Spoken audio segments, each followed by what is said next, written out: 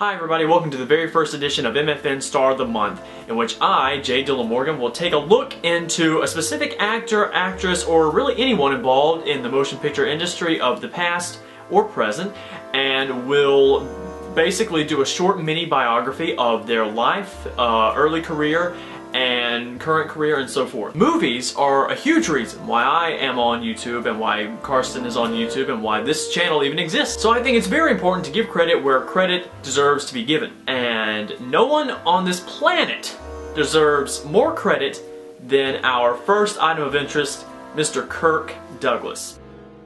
And it's an appropriate beginning too, because Kirk is a complete innovative, gracious, strong, independent, and probably furthermore caregiving stars of the screen, on or off the screen as a matter of fact. He was born in New York on December 9th, 1916 to the utmost poorest family in the entire neighborhood. He describes living with this enormous family, which he was the youngest of, immensely painful and agonizing. However, he was able to find relief from his family in theater. It was in his college theater where he became great pals with the silver screen legend Lauren Bacall, who actually, interesting fact, bought him his first coat at like the age of 20. In 1945, Lauren Bacall suggested Kirk to film noir director Hal B. Wallace, and it was then Kirk was casted in The Strange Love of Martha Ivers in 1946, co-starring alongside Van Heflin, Barbara Stanwyck, and Elizabeth Scott. And you, what have you done? Knocked around, seen a lot, I guess. You know, had some fun maybe? What have you done mostly? Lately or mostly? Mostly. Gambled. You mean gamble? Sure, that's my business. Perhaps this is where I should remark that all life is a gamble. You don't need to bother, I know it. Some win, some don't. You needn't have made that point. He continued to appear in a lot of Hal Wallace's noir classics until 1945 when he starred in Champion, playing a self-centered boxer. For this role, he was nominated for his very first Academy Award. In 1950, he got to play alongside Lauren Bacall in Young Man with a Horn, also starring a very young Doris Day in probably one of her earliest movie roles. His career thrived in the 1950s with Kirk landing roles in 50,000 Leagues Under the Sea, Lust for Life, The Bad and the Beautiful, and many, many more. In 1960, Kirk made headline news by producing his legendary classic Spartacus, hiring blacklisted writer Dalton Trumbo to write the screenplay. Now, Trumbo was many of the blacklisted in Hollywood at that time. The Hollywood blacklist was really, to put into perspective, kind of like a discrimination pretty much of religious or political views in Hollywood. And basically what studio heads would do is, if they didn't like what you believed, your career is finished pretty much. Yeah, how Trump of them. Anyways, Trumbo was one of the blacklisted individuals in that list. Now, Kirk Douglas is actually responsible for ending the blacklist.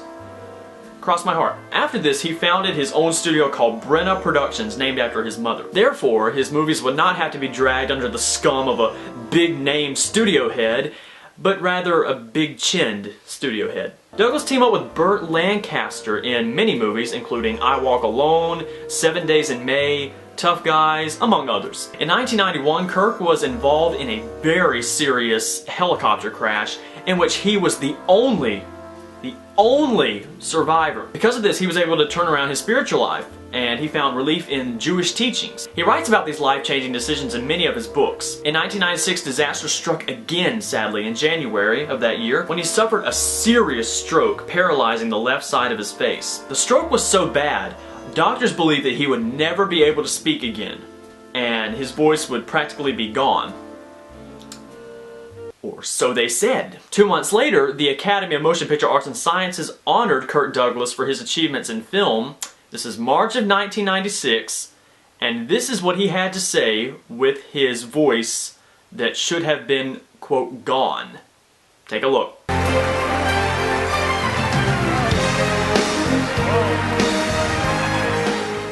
I see my 4 sons. They are proud of the old man.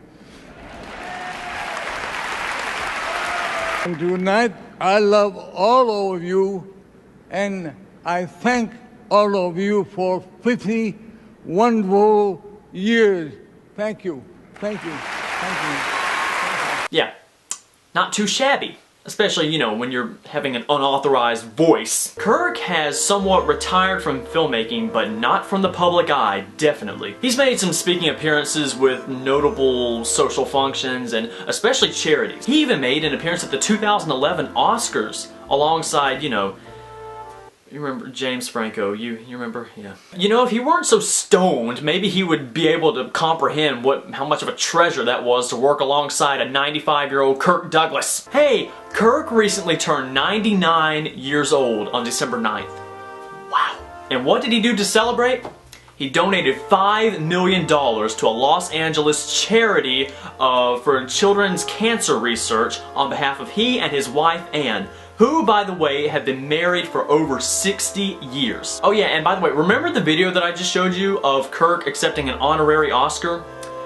And, you know, he wasn't supposed to have a voice at that time? Yet his wife told him just to simply go up and say the words, "Thank you," thinking that would be all he could say. However, when he gave his drawn-out speech and what have you about everything, his wife, this was her reaction. But this is for my wife, Anne. I love you.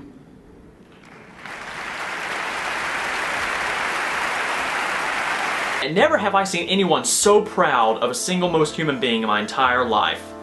They love each other to the core. And in closing, Kirk is just absolutely amazing. He truly is. I've only touched on a page in the eternal book of Kirk Douglas's achievements.